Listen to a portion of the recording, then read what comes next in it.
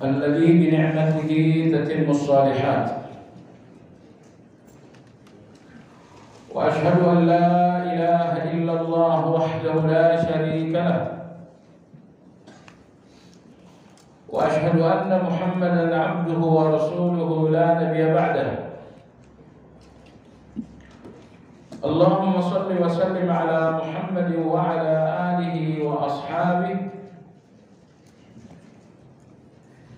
ومن اهتدى بهديه واستنى بسنته إلى يوم الدين.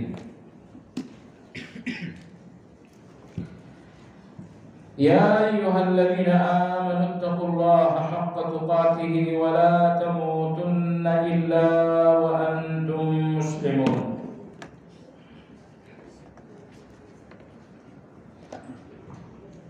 Kaum muslimin wal muslimat rahimakumullah, pertemuan lalu kita telah mengawali pembahasan Al-Basirah versi Imam Abu Ismail Al-Harawi. Beliau mengatakan basirah yang diperintahkan dalam Al-Quran maksudnya adalah ma yukhallisuka minal hirah. Basirah artinya adalah terbebasnya hati dari keraguan dan kebimbangan. Hati yang masih bimbang dan ragu tidak dinamakan basirah. Tetapi hati yang penuh dengan keyakinan itu dinamakan dengan basirah. Apa perbedaan basirah dengan yakin? Jawabannya dari sumber. Yakin itu sumbernya dua. Sesuatu yang terlihat atau terdengar langsung, yakin namanya. Ataupun satu informasi yang sangat akurat. Saya katakan ada negara Australia, Anda yakin? Padahal Anda nggak pernah ke Australia, hanya mendengarkan saja. Mendengarkan satu berita yang nggak mungkin bohong, lalu Anda yakin. Ini dinamakan yakin. Adapun basirah, sumbernya cuma satu, yaitu berita. Berita yang sangat akurat. Maka basirah lebih sempit daripada yakin. Setiap basirah adalah yakin, tapi tidak setiap yakin itu basirah. Nah, karena yakin di dalam basirah lebih khusus, maka itulah yang dibahas. Yakin Anda terhadap satu berita di mana tidak sedikit pun ada ragu dan bimbang, itu dinamakan basirah. Lalu Imam Abu Ismail mengatakan bahwa basirah ini ada 3 tingkatan. Yang pertama adalah basirah melihat dan memahami wahyu. Wahyu sebagai sumber kebenaran, dan tidak lagi ada kebenaran di luar wahyu. Bagi orang yang melihat wahyu dengan kacamata basirah. Orang-orang yang melihat wahyu penuh dengan keraguan-raguan, mereka tidak akan menemukan kebenaran. Sekali lagi, orang yang melihat wahyu dengan kacamata basirah, merekalah yang akan mendapatkan kebenaran dari wahyu. Selanjutnya beliau mengatakan, kapan seseorang telah memiliki kacamata basirah terhadap wahyu, kata beliau dalam 3 hal. Yang pertama, apabila setiap informasi wahyu, perintah dan larangan wahyu, Anda melihatnya keamanan dan tidak ada ketakutan sedikit pun. Bagi sebagian orang, beberapa perintah wahyu adalah ketakutan. Beberapa ketetapan wahyu adalah keburukan. Kalau Anda masih melihat ada ketakutan, ada keburukan di dalam wahyu, menunjukkan Anda tidak memiliki basirah. Contoh, bagian perempuan dalam harta waris satu bagian, dan laki-laki dua bagian. Menurut saya ini nggak bagus, ini nggak adil. Coba lihat, Anda melihat keburukan di dalam wahyu. Keburukan yang Anda lihat dalam wahyu bukan pada wahyunya, tapi pada pemahaman Anda yang keliru. Saya lihat seseorang pakai baju putih, padahal bajunya abu-abu.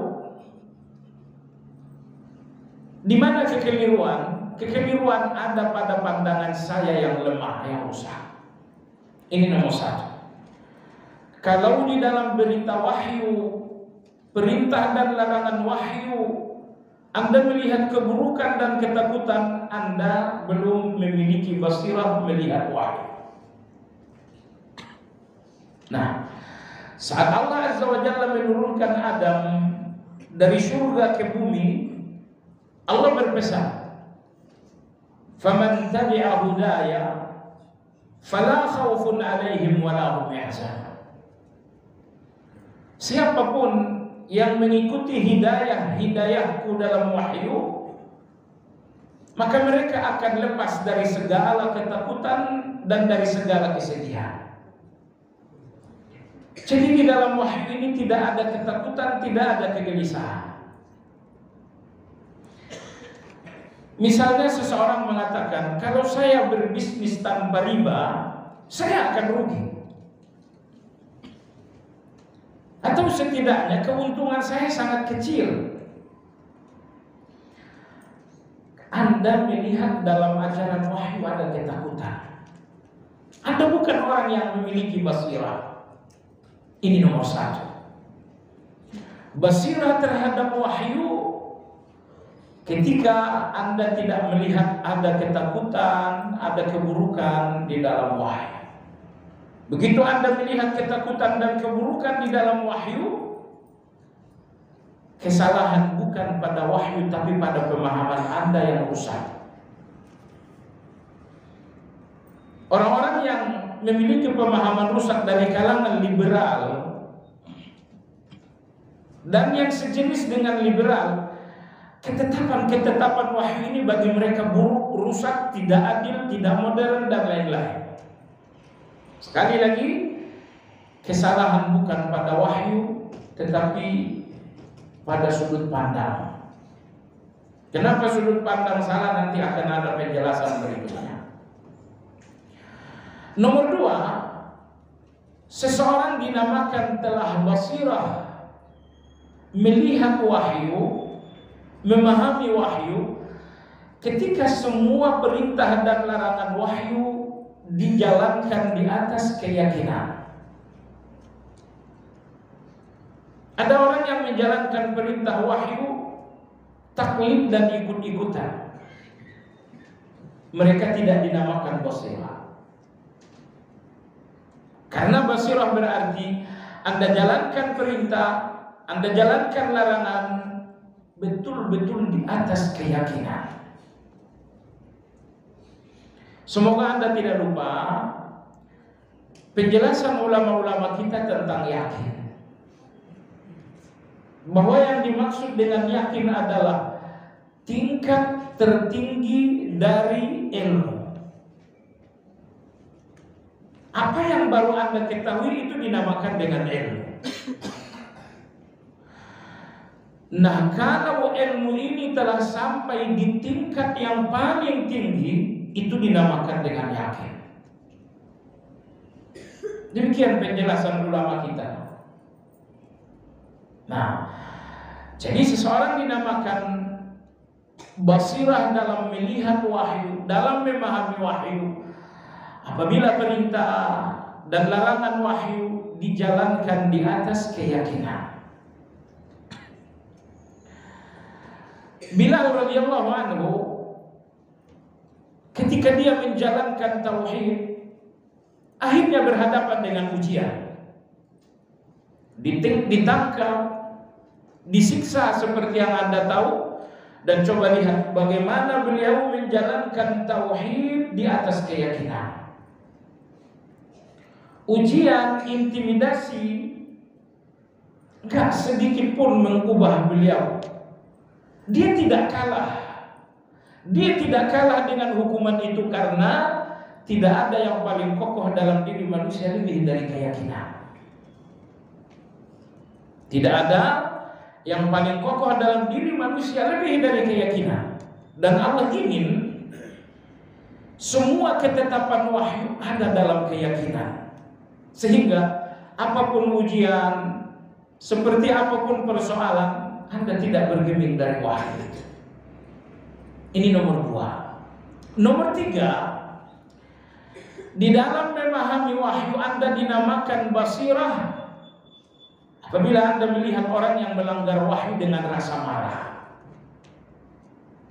Anda faham wa aqimus shalah dengan pemahaman basirah, sehingga ketika ada orang yang nggak salat, Anda marah.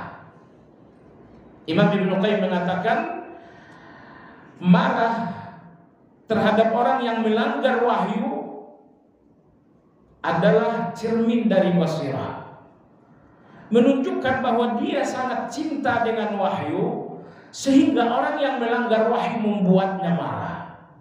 Perbandingannya, Anda cinta dengan istri Anda, dan siapapun yang macam-macam dengan istri, ada rasa cemburu yang membuat emosi Anda terbakar. Tapi percayalah, kalau Anda sudah tidak cinta lagi dengan istri Anda, orang lain yang mencoba menggoda dan melakukan hal buruk, tidak lagi ada cemburu yang membakar emosi Anda. Begitu juga dengan ahlul basirah. Mereka mencintai setiap keputusan Allah, perintah dan larangan Allah. Maka apabila ada orang yang melecehkan ataupun sekedar melanggar, hati mereka terbakar dengan emosi.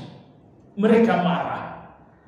Mereka marah karena ada orang yang melanggar, apalagi mencela. Marah seperti ini adalah basirah. Anda masih ingat pernyataan Ibnu Qayyim terakhir? Kalau tidak lagi ada marah Anda kepada orang yang menentang syariah, menunjukkan basirah dalam hati Anda telah padam. Baik, itu pembahasan yang telah berlalu. 3 basirah di dalam memahami wahyu. Hari ini kita melihat tingkatan basirah yang kedua, yaitu 3 tingkatan basirah dalam memahami ketetapan Allah. Jamaah sekalian, Anda tahu ketetapan Allah itu ada 2. Ketetapan Allah yang pertama adalah ketetapan syar'i, itulah wahyu. Basirah terhadap wahyu artinya basirah terhadap ketetapan-ketetapan yang syar'i. Tapi di samping ketetapan yang syar'i, ada pula ketetapan Allah yang kedua, yaitu ketetapan kauni. Ketetapan kauni inilah yang dinamakan dengan takdir. Ketetapan kauni inilah yang Anda lihat berupa kejadian dan peristiwa di depan mata. Ada orang yang sakit, ada orang yang sehat. Itu ketetapan kauni, alias itu adalah takdir. Ada orang yang miskin, ada orang yang kaya, itu adalah ketetapan kauni atau takdir.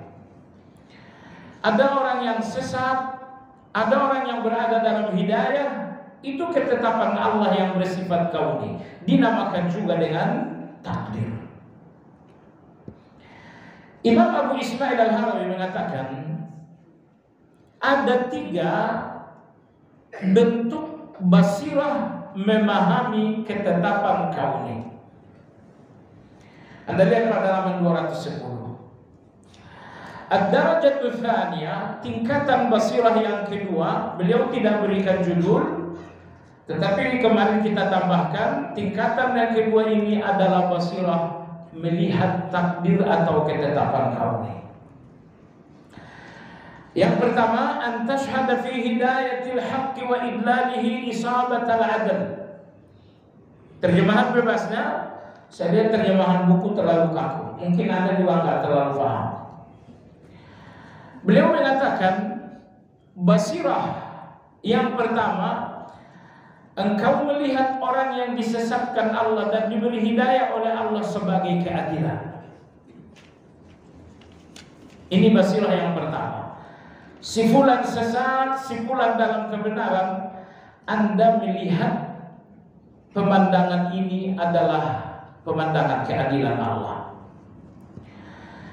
Yang kedua, wa fi talwini aqsamihi ri'ayatal bir. Engkau melihat setiap pembagian rezeki Allah adalah sebuah kebaikan. Si fulan dibagikan rezeki berupa kecantikan, tapi tak dibagi rezeki dalam bentuk kecerdasan. Si fulan dibagikan rezeki dalam bentuk kecerdasan, tapi tidak diberikan rezeki dalam bentuk kekayaan. Basirah yang kedua, Anda lihat pembagian rezeki oleh Allah adalah kebaikan Allah. Lalu yang ketiga, wa tu'awinu fi jalbihi hablal wisal. Dan engkau melihat setiap orang yang ditarik oleh Allah ke dalam hidayah, bahwa Allah ingin berhubungan dan dekat dengannya. Ada orang-orang yang ditarik oleh Allah ke dalam hidayah. Begitu azan berkumandang, Allah tarik ke dalam salat. Begitu masuk Ramadan, Allah tarik ke dalam puasa. Orang-orang tertentu tidak dibiarkan oleh Allah, tapi Allah tarik mereka ke dalam taufik. Kenapa?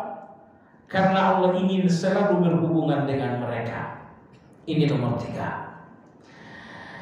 Di sini Ibnu Qayyim rahimahullah memberikan penjelasan tentang ketiga hal ini, dan alhamdulillah saya sudah baca, Anda tinggal dengarkan saja.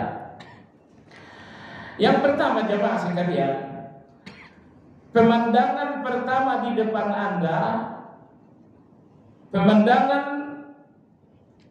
ketetapan kauni pertama di depan Anda, bahwa ada orang yang sesat, ada orang yang berada dalam kebenaran.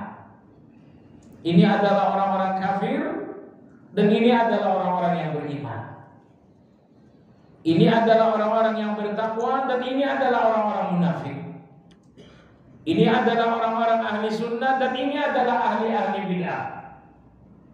Ini pemandangan pertama di depan Anda. Imam Abu Ismail Al-Harawi mengatakan, orang-orang yang memiliki kacamata basirah, yakni keyakinan, mereka melihat kesesatan dan petunjuk di depan mata dengan pandangan keadilan. Si fulan menjadi kafir, keadilan Allah. Si fulan menjadi munafik, keadilan Allah. Si fulan menjadi tersesat, keadilan Allah Azza wa Jalla.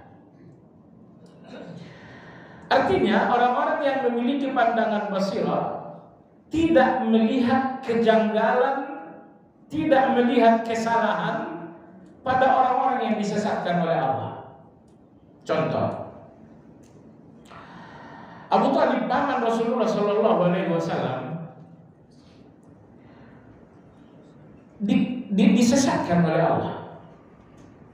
Walaupun ada beberapa penulis yang mencoba membangun argumentasi bahwa Abu Thalib adalah mukmin, tapi argumentasi ini semuanya mentah. Karena anak dari Abu Thalib, yaitu Ali, tegas mengatakan ayahnya adalah kafir. Beliau bersabda kepada Nabi mengabarkan kematian ayahnya, laqad mata ammukal kafir. Ya Rasulullah, telah wafat pamanmu yang kafir itu. Maksudnya ayahandanya sendiri. Nah, Anda lihat betapa besar kasih sayang Abu Thalib kepada Rasulullah. Anda lihat betapa besar dukungan beliau terhadap dakwah Rasulullah SAW. Sejumlah kenyamanan Nabi kita dalam berdakwah tidak lepas dari sosok Abu Thalib. Ternyata Allah sesatkan Abu Thalib itu. Nah, mungkin Anda bertanya-tanya, orang yang sangat dekat, orang yang sangat cinta, orang yang selalu membela, kenapa pula disesatkan oleh Allah Azza wa Jalla? Pertanyaan kenapa Anda dalam melihat kesesatan seseorang, pertanyaan kenapa itu menunjukkan Anda belum melihat persoalan dengan basirah. Orang-orang yang melihat sesat dan kebenaran dengan basirah, mereka hanya melihat keadilan. Mereka melihat keadilan dan tidak melihat kejanggalan sama sekali. Coba sekalian yang saya hormati, semalam saya kumpulkan ayat-ayat bicara tentang kesesatan, hidayah, dan bicara dengan orang-orang yang tidak disesatkan. Maksud saya adalah bagaimana Imam Abu Ismail rahimahullahu ta'ala akhirnya berkesimpulan kesesatan dan kebenaran di depan Anda, kafir, mukmin, munafik dan bertakwa, ahli sunnah, ahli bidah, ini semuanya pemandangan tentang keadilan. Tidak ada yang janggal apalagi yang salah. Makanya coba kita lihat semua ayat yang berbicara tentang hidayah itu memberikan jawaban kenapa kesesatan ini adalah keadilan Allah Azza wa Jalla. Baik, coba kita lihat jamaah sekalian ayat-ayat yang berbicara tentang orang-orang yang tidak diberi hidayah. Allah berikan alasan. Ambil contoh misalnya Al-Baqarah ayat 258, Allah berfirman, "Wallahu la yahdil qaumal zalimin." Allah tidak memberikan hidayah kepada orang zalim. Menurut Anda, keadilan bukan itu. Allah tidak memberikan hidayah, tapi kepada orang yang zalim. Seakan Allah mengatakan dalam dirinya atau kehidupannya penuh dengan kezaliman dan aku nggak memberikan hidayah ini kepada orang yang zalim. Keadilan tidak? Adil banget. Hati-hati dengan kezaliman jamaah sekalian. Kezaliman kepada Allah adalah syirik. Kezaliman terhadap manusia adalah pelanggaran hak. Dan kezaliman terhadap diri sendiri adalah dosa. Nah, kezaliman dengan ketiga bentuknya, kalau telah menumpuk dalam diri Anda, Allah berfirman, aku tidak lagi memberikan hidayah terhadap kezaliman. Kita lihat misalnya ayat yang kedua, Allah berfirman, "Wallahu la yahdil qaumal kafirin." Allah tidak memberikan hidayah kepada kaum yang kafir. Mereka memilih jalan kekufuran, maka Allah tidak memberikan mereka hidayah. Adil bukan?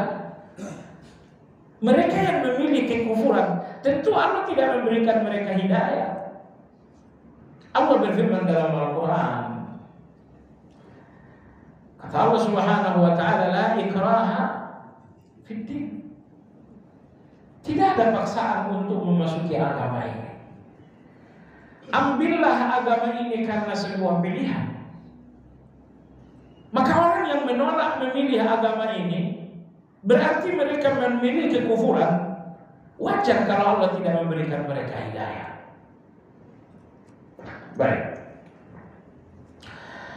Antara misalnya Al-Maidah ayat 108, Allah berfirman, "Wallahu la yahdil qaumal fasiqin." Dan Allah tidak memberikan hidayah kepada orang-orang yang fasik. Ya Allah, betapa adilnya Allah. Allah tidak berikan hidayah bukan karena Allah kikir dengan hidayah, tapi karena orang ini memilih kehidupan fasik, maka Allah tidak berikan mereka hidayah. Jadi keadilan. Akhirnya Anda pun tahu kenapa Firaun ini tidak diberikan Allah hidayah. Dia yang membesarkan Rasul Musa alaihi salam. Bertahun-tahun Musa berkembang, tumbuh, dalam pemeliharaan Firaun, tapi Allah tidak berikan Firaun itu hidayah. Anda tahu kenapa? Kezaliman menumpuk bergunung-gunung dalam kehidupan Firaun. Kesombongan yang sangat luar biasa. Jadi kalau Anda tidak melihat hidayah dalam diri seseorang, itu keadilan Allah. Dan kalau Anda pelajari orang tersebut, pasti Anda lihat wajar orang ini tak dapat hidayah. Jamaah sekalian yang saya hormati, ayat 155 dalam surat An-Nisa, Allah berfirman, "Fabima naqadhihim mitsaqahum wa kufrihim bi ayatillah wa qatlihimul anbiya'a bighairi haqqin wa qawlihim qulubuna ghulf bal taba'a Allahu 'alaiha bikufrihim fala yu'minuna illa qalila." Allah tidak berikan mereka iman. Siapa mereka dan seperti apa kepribadian mereka? Allah berfirman, "Fabima naqadhihim mitsaqahum." Mereka ini orang-orang yang tidak tepat janji dengan Allah. Yang kedua, wa kufrihim bi ayatillah. Mereka ini adalah orang-orang yang memilih kufur dengan ayat Allah. Yang ketiga, wa qatlihimul anbiya. Mereka ini orang yang terbiasa membantai para nabi. Yang keempat, wa qawlihim qulubuna ghulf. Mereka mengatakan hati kami sudah tertutup dengan ajaran kalian. Ini empat. Lalu Allah mengatakan mereka tidak beriman. Betapa adilnya Allah tidak berikan mereka keadilan, karena dalam diri mereka ada empat keburukan yang sangat luar biasa. Terakhir jamaah sekalian, ayat yang sangat luar biasa dalam hal ini adalah ayat 175-76 dalam surat Al-A'raf. Subhanallah, ini kisah seorang ulama Bani Israel bernama Bal'am bin Ba'ura. Dia ulama, berarti dia hafal kitab suci, tapi kemudian disesatkan oleh Allah. Agar Anda sadar, Allah jatuhkan kesesatan itu tidak cuma kepada orang yang memilih kekufuran. Seseorang yang telah berada dalam hidayah, bahkan menghafal kitab suci, Allah sesatkan juga. Kok bisa begitu? Adil. Perhatikan Allah berfirman, ayat 175, ayat 176 surat Al-A'raf. Allah berfirman, "Watlu 'alaihim naba'al ladzi atainahu ayatina." Ceritakan kepada mereka seseorang yang telah kami berikan kitab suci. Allah berikan dalam bentuk hafalan, Allah berikan dalam bentuk pemahaman. Dia hafal, dia faham. Luar biasa bukan? Ini seorang ulama, Bal'am bin Ba'ura. Apa yang beliau lakukan terhadap kitab suci itu? Fansalakha minha. Lalu ia melepaskan diri dari kitab suci itu. Kitab suci mengikat jangan makan riba, dia lepaskan diri dari ikatan itu. Kitab suci mengikat wa aqimus shalah, dia lepaskan ikatan itu. Fa'atba'u syaitanu fakana minal ghawin. Setan pun mengikutinya, jadilah dia orang yang tersesat. Kalau di dalam kesalahan Anda diikuti setan, Anda nggak akan merasa salah dengan kesalahan. Karena kalau orang yang telah bersalah diikuti setan, berarti setan telah menutup pintu taubat dalam kesalahan itu. Allah berfirman, "Walau syi'na la rafa'nahu biha walakinnahu akhlada ila al-ardi wattaba'a hawah." Seandainya kami mau, kami bisa memberikannya ketinggian derajat karena dalam dirinya ada ayat-ayat Allah. Walakinnahu akhlada ila al-ard. Tapi ambisinya terhadap dunia berlebihan. wattaba'a hawahu, dan dia hidup memperturut hawa nafsu. Ini dua hal. Dalam dirinya ada kitab suci yang harusnya meninggikan. Sayang, di dalam dirinya ada dua sifat yang merendahkan. Dua sifat merendahkan sehingga kitab suci tidak lagi meninggikan. Apa itu? Akhlada ilal ard, cinta dunia yang berlebih. Cinta dunia. Nomor dua, wattaba'a hawahu, mengikuti hawa nafsu. Insyaallah ini akan kita tambahkan keterangan nanti. Allah berfirman, kitab suci di tangan kanan, tapi di tangan kiri ada ambisi dan hawa nafsu. Apa jadinya dengan orang ini? Famathaluhu kamathalil kalbi in tahmil alaihi yalhath aw tatrukhu yalhath, dzalika mathalul qaumil ladzina kadzdzabu biayatina. Allah berfirman, perumpamaan orang ini seperti anjing. Tidak ada perumpamaan anjing dalam Al-Quran kecuali dalam hubungannya dengan orang yang faham agama lalu menggunakan agama mencari dunia. Besok, tahun besok nih, akan ada orang yang menggunakan agama mencari dunia.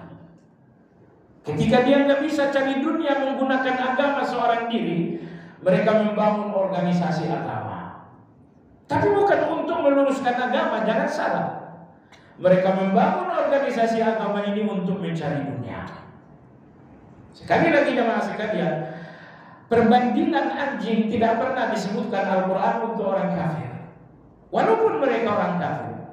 Perbandingan anjing dalam Al-Quran digunakan oleh Allah untuk orang yang faham agama tapi mencari dunia dengan agama itu. Sampai-sampai seorang salafus saleh mengatakan, aku lebih suka mencari dunia dengan musik daripada mencari dunia dengan agama. Nyari dunia dengan musik haram atau tidak? Haram.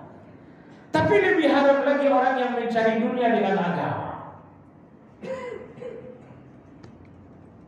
Allah mencintai agama ini dan Allah membenci dunia. Allah tidak pernah memuji dunia kecuali ketika dunia itu berubah wajah. Ini uang nggak dipuji oleh Allah. Tapi kalau uang ini sudah berubah nama, sedekah, Allah sikat. Jabatan itu dunia, Allah nggak pernah puji jabatan. Tapi kalau jabatan ini menjadi keadilan, baru dipuji oleh Allah Azza wa Jalla. Nah, Bal'am bin Ba'ura dalam ayat 175-176 surat Al-A'raf disesatkan oleh Allah padahal dia orang yang berilmu. Ini Allah salah atau Allah adil? Di mana keadilan Allah menyesatkan seorang Bal'am? Karena dalam dirinya ada dua kerendahan. Pertama, hubud dunia. Yang kedua, hawa nafsu. Jangan sekalian Anda tahu hawa nafsu. Hawa nafsu atau syahwat, apabila Anda hanyut dengan kenikmatan dosa sehingga tidak melihat hukuman dan kehancuran. Semua dosa jemaah sekalian pasti di dalamnya ada kenikmatan. Tapi pasti di dalamnya ada kehancuran dan bahaya yang lebih besar. Mohon maaf, saya berikan contoh. Selingkuh atau berzina, di dalamnya pasti ada satu sendok kenikmatan. Tapi di dalamnya terdapat lautan bahaya dan kehancuran. Yang dimaksud dengan hawa nafsu, kalau Anda melihat sesendok kenikmatan lalu Anda lupa dengan lautan bahaya dan kehancuran, itulah hawa nafsu itu. Orang-orang yang beriman memandang dengan keimanan, maka mereka melihat kehancuran yang besar, bahaya yang besar, sampai mereka nggak tertarik dengan nikmat yang secuil. Mereka memandang dengan iman.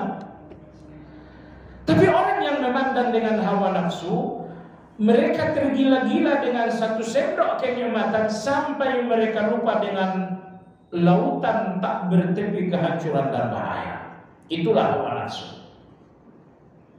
Hawa nafsu, sudut pandang di mana Anda melihat maksiat dengan melihat kenikmatannya, tergiur dengan kenikmatannya sampai Anda lupa bahwa di dalam ada bahaya.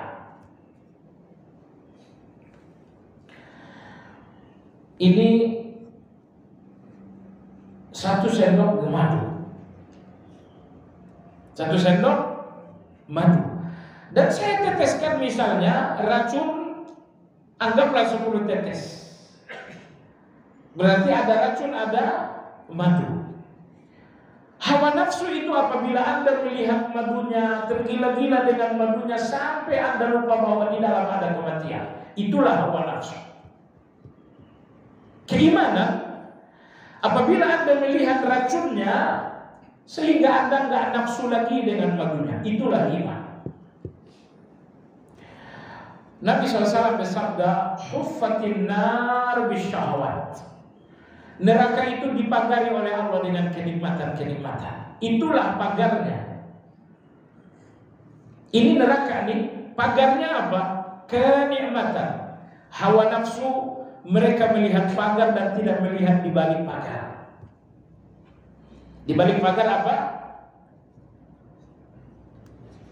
Mesti nyambung nggak? Mestinya ada kopi sini. Nabi kita bersabda, Allah memagari neraka dengan kenikmatan. Jadi neraka ada pagarnya. Pagarnya adalah kenikmatan. Orang-orang yang memiliki hawa nafsu, mereka melihat pagar dan tidak melihat di balik pagar. Itulah hawa nafsu itu. Tapi orang-orang yang beriman, sebelum mereka melihat pagar, tapi mereka lebih melihat di balik pagar. Oh, ini di balik pagar, kalau saya jebol, saya akan hancur. Nah, jemaah sekalian, coba Anda lihat betapa cerobohnya orang-orang yang hidup dengan hawa nafsu. Segelas madu bercampur beberapa sendok racun, tergila dengan madu, lupa dengan racun. Itulah hawa nafsu. Hawa nafsu dan syahwat selalu membuat Anda berpikir tentang nikmat, tentang keindahan. Dan hawa nafsu gak pernah berbuat Anda berpikir tentang bahaya. Itu bahayanya hawa nafsu. Sekali lagi, bahaya hawa nafsu.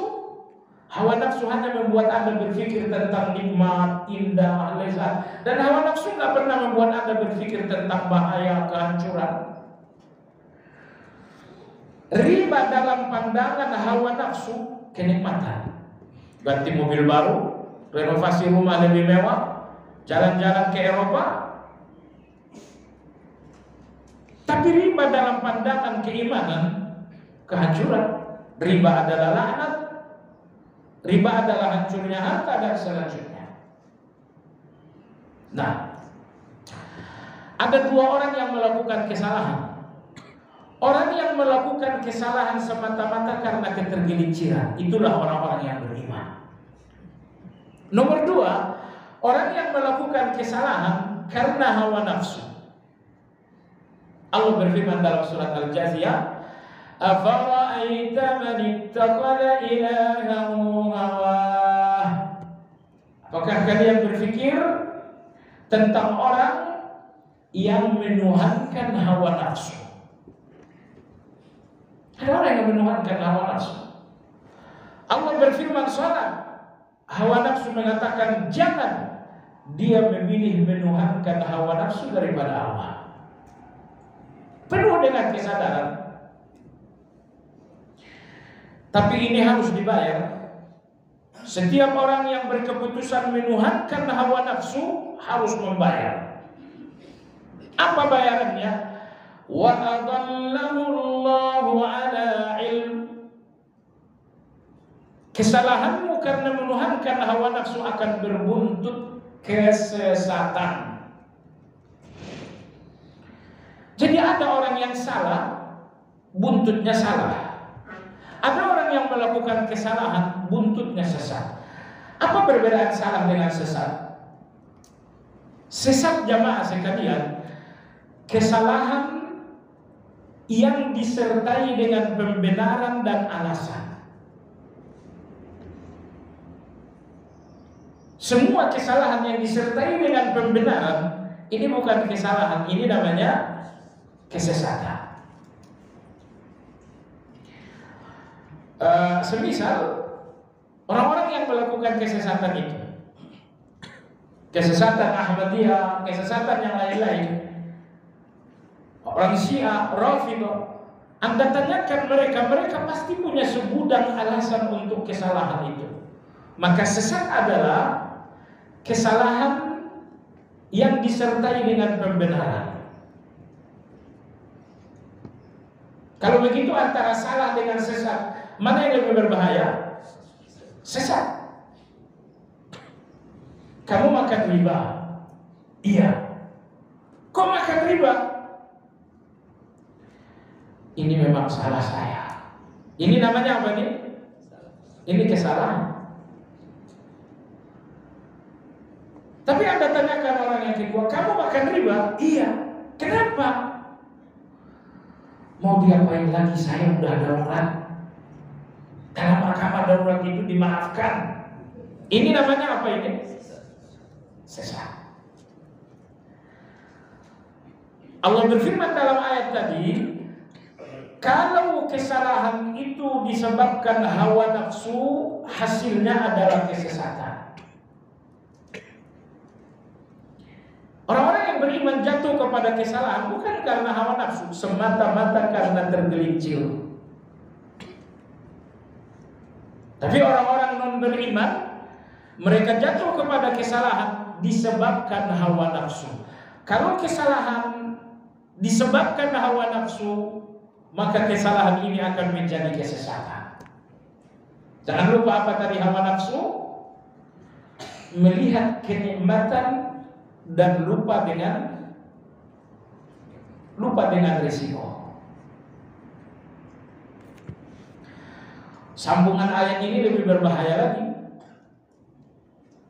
Allah berfirman, "Afara'aita man ittakhadha ilahahu hawah." Perhatikan orang yang menuhankan hawa nafsu. Sambungannya apa? Wa adallahu Allahu ala ilm. Allah menyesatkannya ala ilmin, dengan ilmu Allah. Hawa nafsu, ilmu. Tidak sesat. Kalau sudah sesat, tadi Anda sudah tahu sesat itu apa? Kesalahan disertai dengan pembenaran. Apa yang terjadi? Wa khatama ala qalbihi wa khatama ala sam'ihi wa qalbihi. Maka Allah mengunci mati telinga, Allah pun mengunci mati hati mereka. Wa ja'ala ala basarihi ghishawah, dan Allah menutup matanya untuk melihat kebenaran. Allahu Akbar. Telinganya dikunci oleh Allah. 1000 nasihat yang Anda sampaikan mental, karena telinga sudah dikunci. Wa qalbihi, hatinya pun dikunci oleh Allah. Jadi tidak ada kebenaran yang masuk lagi ke dalam. Kebenaran itu letaknya di mana? Di hati. Nah, hati ini sudah dikunci oleh Allah. Tapi berawal dari telinga dikunci, lalu hati dikunci. Wa ja'ala ala basarihi ghishawah, pandangannya pun ditutup oleh Allah sehingga tidak mau lagi melihat kebenaran. Allah berfirman, "Faman yahdihi min ba'dillahi afala tadhakkarun." Tidak ada lagi yang bisa memberikan hidayah kepada orang seperti ini kecuali Allah. Di tangan kalian ada hidayah, tapi hanya sekedar bicara, nasihat. Kalau hidayah itu hanya sekedar nasihat, udah nggak masuk. Telinga sudah dikunci, hati telah dikunci, pandangan telah ditutup. Allah berfirman, "Faman yahdihi min ba'dillah." Tidak lagi ada hidayah untuknya kecuali dari Allah. Dari tangan manusia sudah tidak ada lagi hidayah itu. Subhanallah, ayat ini dalam surat Al-Jathiyah, saya lupa nomor ayatnya, tapi ayat ini tamparan. Kalau kesalahan Anda adalah hawa nafsu, maka kesalahan itu akan menjadi kesesatan. Dan kalau kesalahan itu telah menjadi kesesatan, maka telinga, hati, mata dikunci oleh Allah. Dengan kata lain, jemaah sekalian, kalau kesalahan itu telah menjadi kesesatan, tertutup jalan untuk bertaubat. Orang-orang sesat itu nggak ada yang bertaubat, ya. Kecuali dia lepaskan kesesatan, barulah dia temukan jalan taubat. Apa tadi sesat? Sesat itu adalah orang yang salah disertai dengan pembenaran sehingga tidak merasa salah. Orang-orang beriman bersalah, kesalahan mereka adalah kesalahan, bukan kesesatan. Jemaah sekalian, Nabi Adam alaihi salam melakukan kesalahan, bukan? Nabi Adam alaihi salam memiliki kambing hitam yang sangat tepat untuk kesalahan beliau. Siapa kambing hitam itu? Iblis. Tapi Nabi Adam alaihissalam jatuh dalam kesalahan itu bukan karena hawa nafsu. Maka di dalam kesalahan Adam tidak mau cari kambing hitam. Di dalam kesalahan Adam tidak mau cari-cari pembenaran. Apa yang dilakukan Adam dalam kesalahan? Mengaku salah. Rabbana zalamna anfusana wa illam taghfir lana, barulah dia minta ampun. Wa tarhamna, dia minta kasih sayang. Tapi sebelum minta ampun dan minta kasih sayang, pertama kali Adam mengaku. Yang mengaku salah hanya orang yang salah. Adapun orang yang sesat tidak mungkin mengaku salah. Maka oleh sebab itu jemaah sekalian, hati-hati dengan kesesatan, yaitu salah yang Anda tutupi dengan pembenaran dan alasan-alasan. Jemaah sekalian yang saya hormati, tadi kita lihat keadilan Allah terhadap orang-orang yang disesatkan. Bagaimana dengan orang-orang yang diberi hidayah oleh Allah? Orang-orang yang mendapatkan hidayah, Anda lihat dalam Al-Quran, juga keadilan dan kebaikan Allah. Coba dengarkan ayat berikut. Allah Subhanahu wa Ta'ala berfirman, kata Allah Subhanahu wa Ta'ala dalam Al-Quran,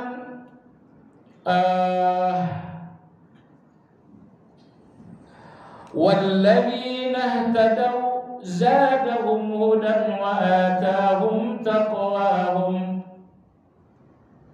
Orang-orang yang memilih hidayah, Allah berikan mereka hidayah. Jadi Allah berikan mereka hidayah, keadilan dan kebaikan. Kenapa? Mereka memang mencari hidayah itu. Mereka cari hidayah dalam kajian-kajian, mereka cari hidayah dalam bacaan-bacaan yang bermanfaat. Mereka cari hidayah dan Allah berikan. Bukankah keadilan? Walladzina jahadu fina lanahdiyannahum subulana wa innallaha lama'al muhsinin. Mereka-mereka yang bersungguh-sungguh kami berikan hidayah. Adil enggak tuh? Allah tidak berikan hidayah ini gratisan, tapi Allah melihat dalam diri Anda ada pintu hidayah, lalu Allah berikan hidayah. Walladzina jahadu fina, mereka bersungguh-sungguh. Mereka tidak bermain-main, mereka bersungguh-sungguh fina. Mereka bersungguh-sungguh untuk Allah. Lanahdiyannahum, maka kami pun memberikan mereka hidayah. Nah, agar Anda betul-betul sadar, yakin bahwa hidayah dan kesesatan adalah keadilan Allah, Perhatikan ayat pertama dalam surat Al-Baqarah. Allah berbicara hidayah. Allah bicara hidayah dan Allah katakan di mana hidayah itu. Kemudian Allah katakan siapa yang akan mendapatkan hidayah itu. Allah berfirman, "Dzalikal kitab." Inilah sumber hidayah. La raiba fi, tidak ada keraguan di dalam. Berarti basirah. Hudan lil muttaqin, akan menjadi hidayah bukan untuk semua orang, hanya untuk orang-orang yang bertakwa. Luar biasa. Anda cari hidayah di mana saya temukan Allah berfirman dzalikal kitab. Sebelum Al-Baqarah surat apa dulu? Al-Fatihah. Bagian akhir dari Fatihah Anda minta hidayah. Ihdinas siratal mustaqim. Berikan kami hidayah. Anda lanjutkan Fatihah, memasuki surat berikutnya Al-Baqarah. Hidayah yang Anda minta di bagian akhir Al-Fatihah, Allah jawab di awal Al-Baqarah. Ihdinas siratal, Allah berfirman, "Dzalikal kitabu la raiba fihi huda." Kalian minta hidayah. Ihdinas siratal mustaqim. Inilah kitab yang mulia, tidak ada keraguan di dalam. Hudan, menjadi petunjuk lil muttaqin. Saya ingin ayat ini Anda garis bawahi dalam 3 kata. Pertama, dzalikal kitab. Allah memberitahu hidayah yang kalian cari tidak di dalam gua, tidak pula di dalam kelambu suluk. Tetapi hidayah yang kalian cari, kitab ada di dalam Al-Quran. Tapi kapan Al-Quran ini memberikan menjadi sumber hidayah? La raiba fi, saat kalian melihatnya tanpa keraguan. Ini namanya basirah. Sedikit ragu Anda terhadap Al-Quran berarti basirah padam. Sedikit keraguan Anda terhadap Al-Quran, maka Anda nggak akan melihat kebenaran di dalam. Udah, Al-Quran yang terlihat tanpa keraguan, difahami tanpa keraguan, saat itulah hudan Al-Quran menjadi hidayah. Tapi siapa mereka? Lil muttaqin. Al-Quran ini suci dan hanya akan dipahami orang-orang yang bersih, yaitu orang bertakwa. Adapun orang-orang yang kotor, Al-Quran yang bersih ini tidak akan menjadi jalan bagi mereka. Selanjutnya jamaah sekalian, Allah perkenalkan siapa orang bertakwa, alladzina yuqimunas shalah. Terus, alladzina yu'minuna bil ghaib wa yuqimunas shalah wa mimma razaqnahum yunfiqun walladzina yu'minuna bima unzila ilaik wa ma unzila min qablik wa bil akhirati hum yuqin ulaika ala hudan. Mereka itulah orang yang betul-betul di atas hidayah dan mereka ala muflihun, orang yang betul-betul beruntung. Sayangnya waktu udah habis. Nah, tapi nggak jadi soal, terus saya kejar-kejar. Buku ini nggak bakal lari. Kita ketemu lagi pekan depan insyaallah. Jadi kesimpulan, basirah Anda melihat takdir kauni, ketetapan kauni pertama adalah di depan Anda ada ketetapan kauni berupa kesesatan dan petunjuk. Imam Abu Ismail Al-Harawi mengatakan, Anda dinamakan ahlul basirah ketika melihat kesesatan dan petunjuk itu adalah keadilan Allah. Baik, insyaallah akan ada pembahasan berikutnya. Sampai di sini kajian hari ini. Barangkali ada pertanyaan, dipersilakan.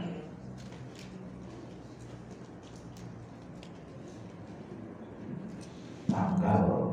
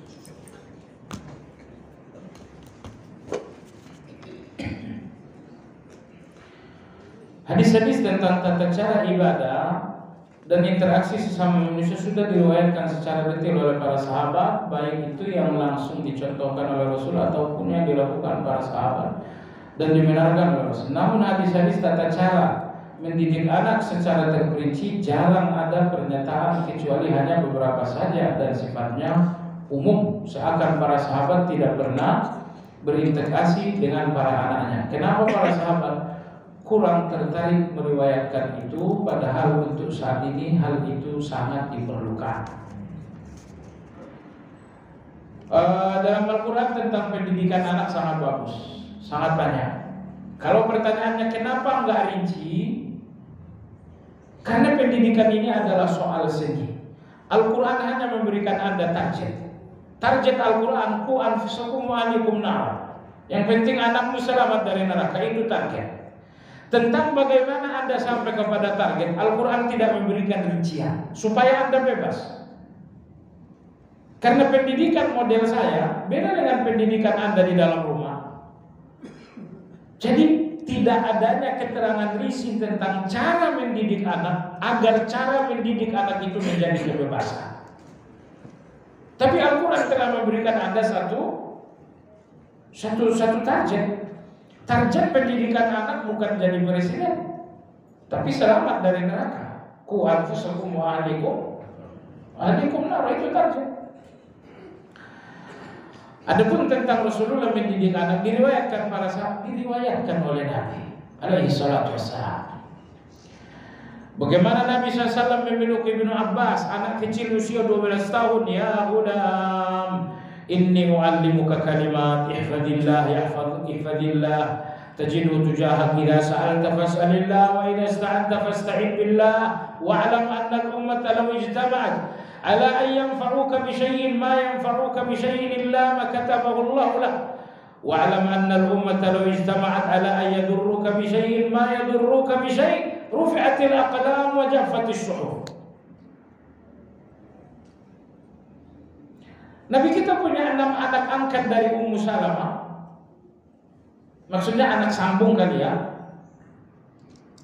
Ketika Nabi SAW makan dengan salah satu anak kecil itu, ternyata anak kecil itu tangannya ke sana kemari.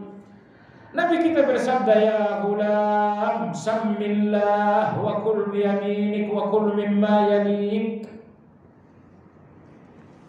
Nah, yang saya sayangkan pindah ke Cimanggis satu.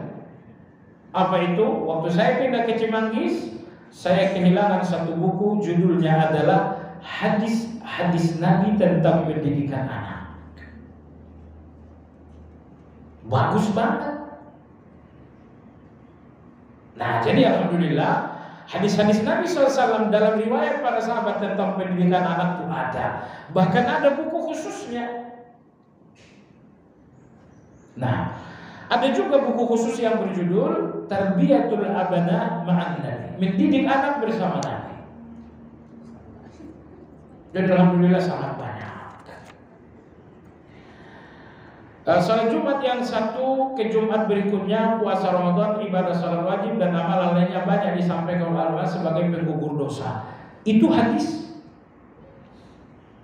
Al-Jum'atu ila al-Jum'ah wa Ramadan ila Ramadan wa salawatul mukaffiratun lima bainahunna. Kata Nabi SAW, Ramadan ke Ramadan, Jumat ke Jumat, salat wajib ke salat wajib, menghapuskan dosa yang terjadi di antaranya. Namun jarang disampaikan secara lengkap dalam tiap tausiah bahwa yang dimaksud adalah hanya dosa kecil saja. Jemaah sekalian, Imam Nawawi rahimahullah mengatakan menghapuskan dosa kecil. Tapi kalau dosa kecil itu sudah hapus,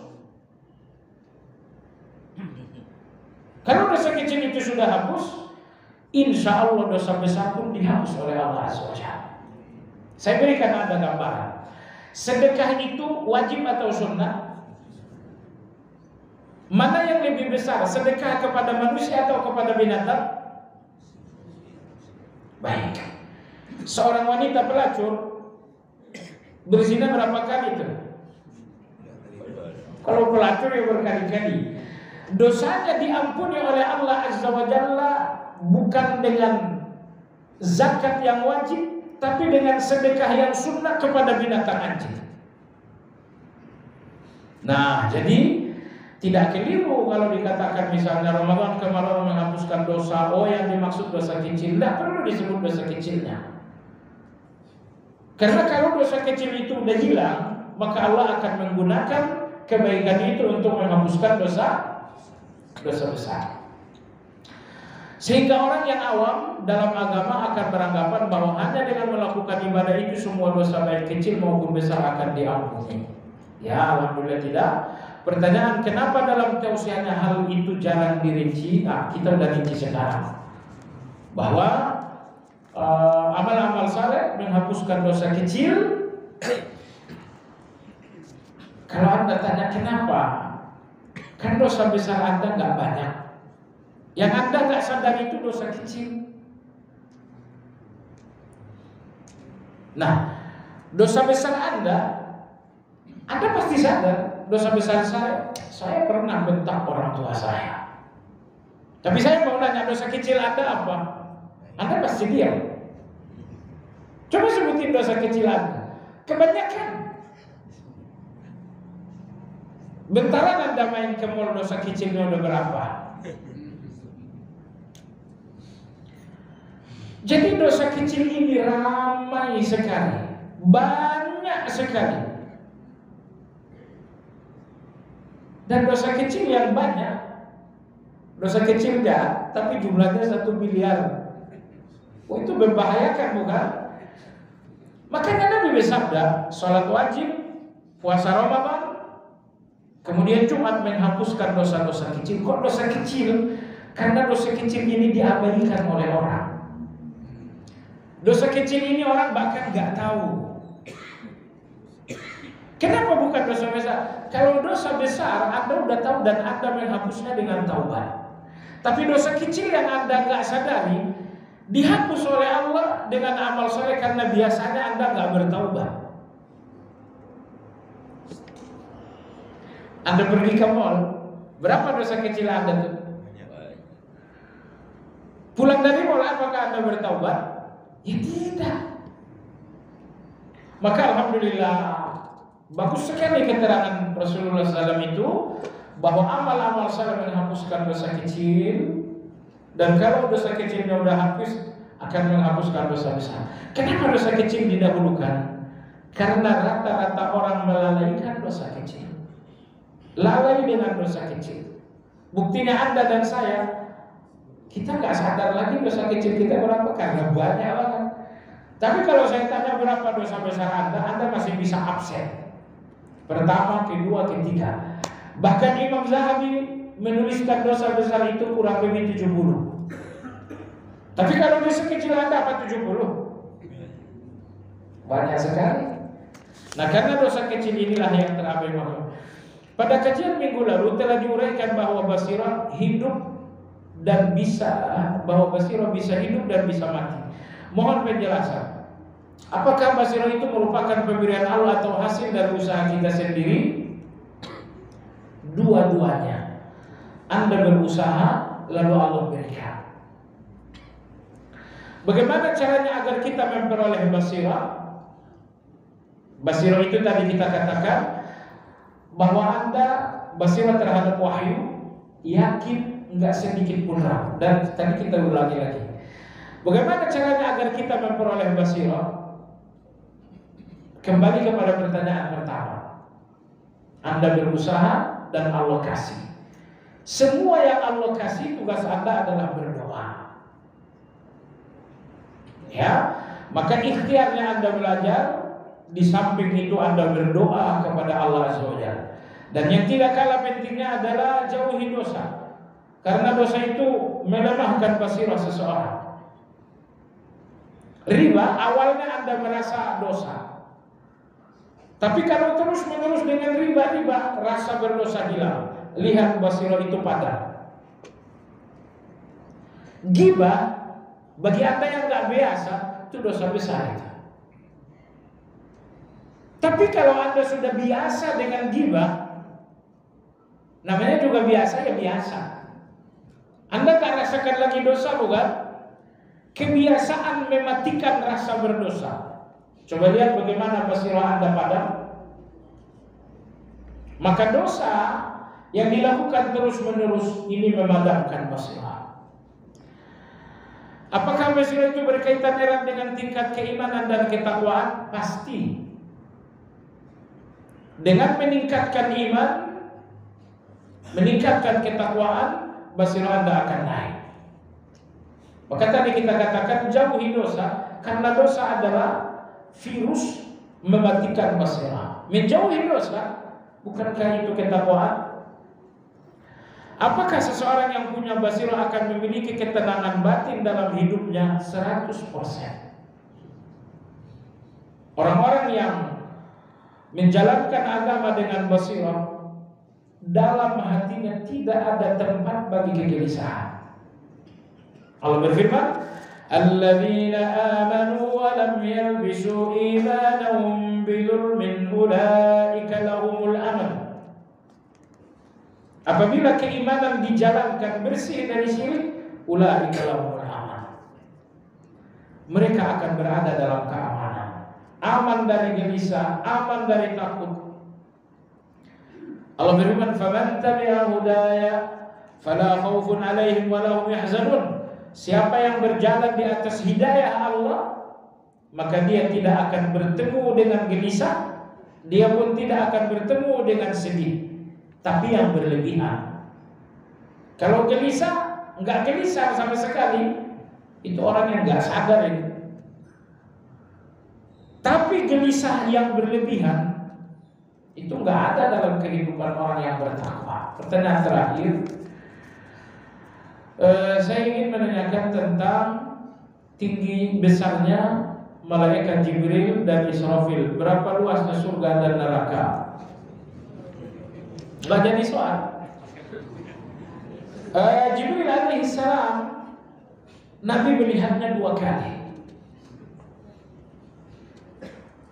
Pertama kali ketika beliau salat di samping Ka'bah, tiba-tiba datang seorang kafir Umayyah bin Khalaf, ya Allah, mengambilkan kotoran binatang, mengambilkan isi perut onta yang sudah disembelih dan meletakkannya ke atas kepala Nabi yang sedang sujud.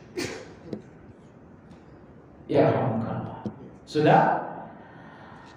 Akhirnya Fatimah radhiyallahu anha melepaskan itu. Sore harinya Jibril menampakkan diri dalam bentuk asli. Seakan-akan Jibril menghibur Rasulullah. Ini yang dimaksudkan dalam firman Allah, wa laqad ra'ahu al-ufuqul mubin. Yang kedua, Nabi melihat Jibril dalam bentuk asli dalam perjalanan Isra. Itu yang dimaksud dengan firman Allah, wa laqad ra'ahu nazlatan ukhra. Seberapa besar Jibril itu? Memiliki 600 sayap. Di depan Anda cuma ada 2 sayap. Burung benaran 2 sayap. Burung besi di udara 2 sayap juga. Jibril itu 600 sayap. 1 sayap saja cukup untuk menutupi dunia dari timur ke barat. Itu 1 sayap. Misalnya dunia perlu dibalut, perlu dibungkus, ambil 1 sayap Jibril, dunia kebungkus. Itu baru 1, padahal dia memiliki 600 sayap. Besar banget, besar sekali. Tapi ini hanya budaknya Allah. Berarti Anda bisa bayangkan betapa maha besarnya yang menjadikan Jibril ini budak. Malaikat Israfil yang meniupkan sangkakala, berapa besarnya? Allah tugaskan Israfil meniup sangkakala, dan semenjak Allah ciptakan sampai sekarang sangkakala itu di mulut, nggak dilepas. Anda bayangkan berapa lama ini? Bukan cuma berapa lama, sekejap mata Israfil tidak pernah berkedip dari aras. Ini melihat ke aras, pernah berkedip enggak? Kenapa? Takut kalau saat berkedip isyarat datang. Israfil kiamat. Tak khawatir ada perintah meniup saat beliau kedipkan, maka semenjak diciptakan dia nggak pernah berkedip mata. Nah, sangkakala itu disebutkan dalam hadis besar lingkarannya seluas langit dan bumi. Saya lupa gambarannya, tapi bayangkan ketika ditiupkan, semua yang di langit dan di bumi copot jantung. Seluas bumi atau seluas langit gitu ya. Jadi kalau saya nggak pasti dalam hal ini. Jadi kalau sangkakalanya sebesar itu, Anda bisa bayangkan betapa besarnya yang meniupkan. Baik. Berapa luasnya surga? Luasnya surga Allah katakan, wa jannatin arduhas samawati wal ardh. Surga itu luasnya 7 lapis langit, 7 lapis bumi. Bumi ini ditambah langit sebanyak 7 lapis langit. Itulah luasnya surga. Neraka betapa luasnya? Tidak ada keterangan neraka luas. Yang ada keterangan neraka itu dalam. Ketika Allah menjelaskan surga, Allah katakan luas. Tapi ketika Allah menjelaskan neraka, Allah nggak mengatakan luas, tapi dalam. Berarti neraka itu, kalau Anda katakan luas, pertanyaannya sekali lagi tidak ada keterangan yang menyebutkan luas neraka. Karena neraka itu memang nggak luas. Dalam. Seberapa dalam? Kata Nabi SAW, "Lau anna sab'a khawalif." Sekiranya ada batu sebesar 7 onta yang sedang bunting. Batu sebesar 7 onta yang sedang bunting. Ulqiyat min syafiri jahannam, digeser, dibuang dari mulut jahannam. Lama balagha aqraha 40 sanatan. 40 tahun ke depan batu ini belum sampai ke bawah. 40 tahun belum sampai ke bawah. Itu kira-kira sedalam apa ini? Nah, jadi kalau neraka tidak ada ukuran luas, yang ada ukuran dalam. Dalamnya segitu. Ya. Sudah dengan zikir kafaratul majlis. Subhanakallahumma